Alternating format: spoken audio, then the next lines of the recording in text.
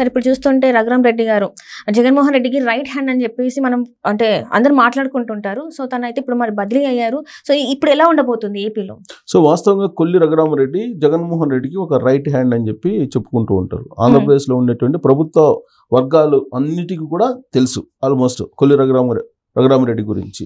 ఎందుకు తెలుసు అంటే కొల్లి రఘురామరెడ్డి చంద్రబాబు నాయుడిని అరెస్ట్ చేసినటువంటి పోలీస్ ఆఫీసర్ ఆయన. అలాగే ఆంధ్రప్రదేశ్ సిట్ పోలీసు తోటి ఏర్పాటు చేసినటువంటి సిట్కి ఆయన ఇన్ఛార్జిగా ఉన్నాడు. ఆ సిట్ని నడిపిస్తూ ఉన్నారు.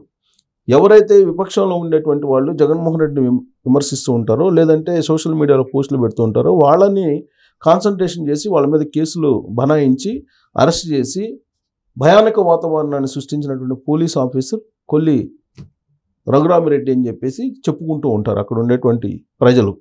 సో అలాంటి కొల్లి రఘురామరెడ్డిని ఇప్పుడు ఈసీ ఎన్నికల కమిషను, కేంద్ర ఎన్నికల కమిషన్ ఆదేశం మేరకు రాష్ట్ర ఎన్నికల కమిషను ఆయన్ని ఆంధ్రప్రదేశ్ ఎన్నికల విధుల నుంచి కంప్లీట్గా తొలగిస్తూ తీసుకెళ్లి అస్సాంలో వేశారు.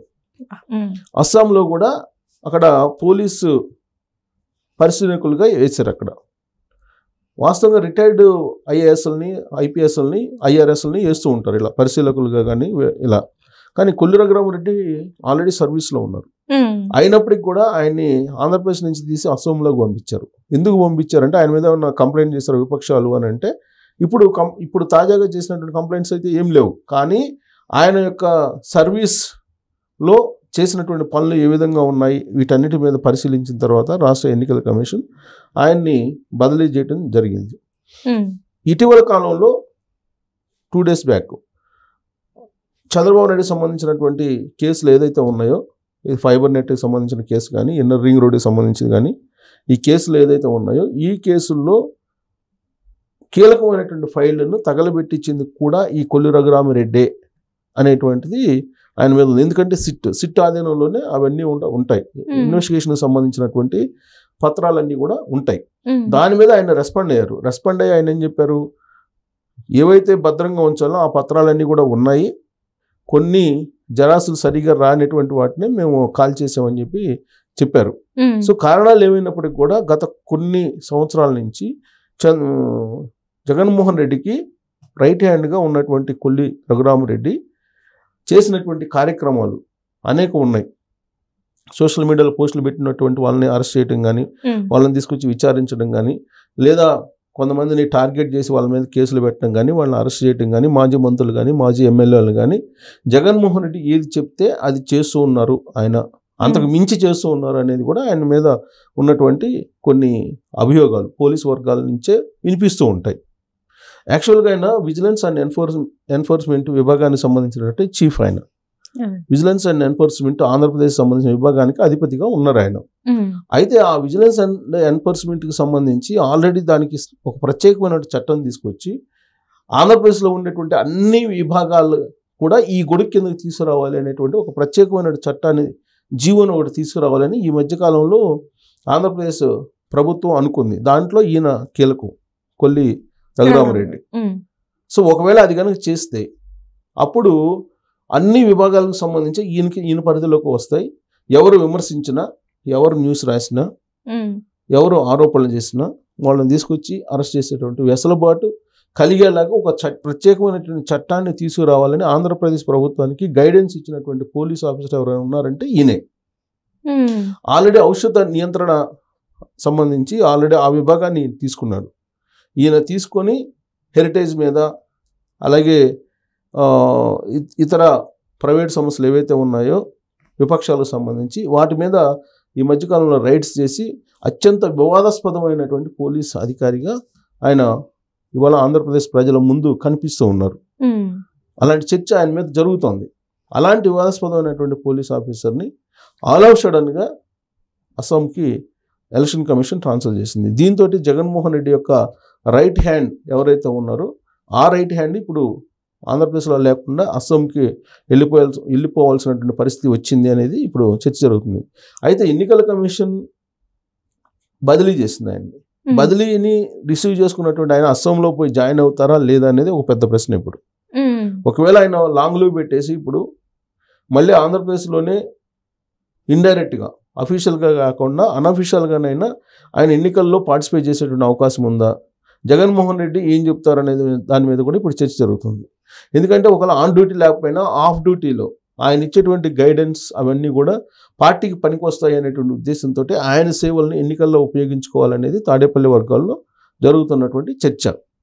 సో ఎలక్షన్ కమిషన్ బదిలీ చేసిన దాని ప్రకారం అయితే ఆయన అస్సాం పోయి జాయిన్ అవ్వాలి. అస్సాంలో జాయిన్ అయ్యి అక్కడ పోలీస్ పరిశీలకులుగా ఎన్నికల విధులు మొత్తం అయిపోయేంత వరకు అక్కడ ఉండాలి. కానీ అంత లాంగ్ పీరియడ్ అక్కడ అస్సాంలో కనుక ఉంటే కనుక ఇక్కడ ఆంధ్రప్రదేశ్లో జగన్మోహన్ రెడ్డికి తాను చెప్పినటువంటి విధంగా సేవ చేసేటువంటి వాళ్ళు నమ్మకంగా కనిపించట్లేదు జగన్మోహన్ రెడ్డికి. అందుకే ప్రత్యామ్నాయ మార్గాలు చూస్తున్నారు. లీవ్ పెట్టడమా,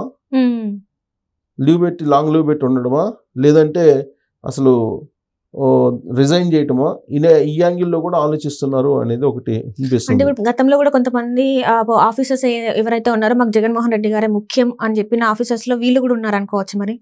సో ముఖ్యంగా ఉన్నటువంటి వాళ్ళు చాలా మంది ఉన్నారు. ఆల్రెడీ ముఖ్యంగా ఎవరైతే ఉన్నారో ఐపీఎస్లు ఐఏఎస్లు వాళ్ళల్లో 6గురిని ఈ మధ్య కాలంలోనే బదిలీ చేశారు.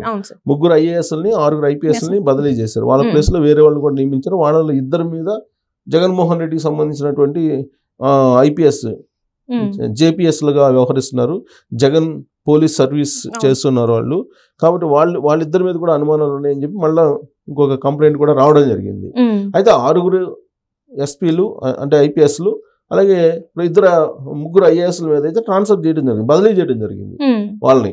సో వాళ్ళతో పాటు ఈయన వాళ్ళకన్నా కూడా ఇంకా కరుడు కట్టినటువంటి జగన్మోహన్ రెడ్డి వాది ఈయన, జగన్ పక్షపాతి, జగన్ వాది ఈయన రఘురామరెడ్డి. ఈ రఘురామరెడ్డి పేరు రఘురామరెడ్డికి సంబంధించి అసలు వెలుగులోకి రావడానికి కారణం ఏంటంటే చంద్రబాబు నాయుడు అరెస్ట్ చేసి ఆయన్ని ఏ విధంగా కర్నూలు నుంచి విజయవాడ వరకు రోడ్డు మార్గాన్ని తీసుకొచ్చారు, ఆ తర్వాత అక్కడి నుంచి రాజమండ్రి సన్నిధికి ఎలా పంపించారు, ఇవన్నీ కూడా అతనే మొత్తం ప్లాన్ చేశారు అనేది. ఆయన వెనక ఇంకొక పోలీస్ ఆఫీసర్ ఉన్నారు. ఆయన కన్సర్న్లో ఆయన నిఘా నీడల్లో ఈయన మొత్తం పాత్రను పోషించారు అనేది అప్పట్లో వినిపించినటువంటి మాట. సో సరే ఆ సంఘటన చట్టానికి అనుగుణంగా నేను నిర్వహించానని ఈయన చెప్తున్నప్పటికీ ఆ చట్టానికి విరుద్ధంగానే ఆ కేసులు పెట్టారు, దాంట్లో అసలు ఆధారాలు లేవని చెప్పి కోర్టులే చెప్తున్నాయి ఇప్పుడు. సో దానికి సంబంధించి ఫైల్స్ తగలబెట్టినటువంటి అదే రోజు సాయంత్రం ఈయనకు బదిలీ కావడం ఇవన్నీ జరిగినాయి. అంటే ఈయన వెళ్తూ ఈ ఆధారాలు లేకుండా చేసేటువంటి ప్రయత్నం చేస్తున్నారు. తెలంగాణలో ఏదైతే చేశారో ఫైల్స్ తగలబెట్టు, హార్డ్ డిస్క్ లీసిరేయటం, మూసివేయడం ఇవన్నీ చేశారో ఇప్పుడు అదే ఆంధ్రప్రదేశ్లో కూడా జరుగుతుంది.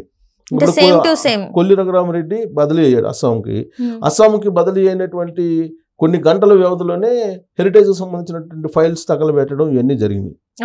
అంటే ఏదో కాన్స్పిరసీ అయితే ఉంది కదా, కుట్ర అయితే ఉంది అని చెప్పి అర్థమవుతుంది. సో ఇలాంటి పరిస్థితుల్లో ఆయన అయితే ట్రాన్స్ఫర్ అయ్యారు. మరి వ్యూహాత్మకంగా ట్రాన్స్ఫర్ చేయించుకున్నారా వాళ్ళు, లేదంటే ఎలక్షన్ కమిషన్ సీరియస్ అయ్యి ఇతను ఎన్నికల్లో మ్యానిపులేషన్ చేసేటువంటి అవకాశం ఉంది ఆంధ్రప్రదేశ్లో ఉంటే అనేటువంటి ఉద్దేశంతో ట్రాన్స్ఫర్ చేశారో అది ఎలక్షన్ కమిషన్కే తెలియాలి. కారణం ఏదైనప్పటికీ జగన్మోహన్ రెడ్డి బ్యాచ్ ఏదైతే ఉందో ఆ బ్యాచ్ ఒక్కోటి వెళ్ళిపోతుంది అని చెప్పి మనం విశ్లేషణ చేసుకోవచ్చు. Right sir, right. Thank you so much sir.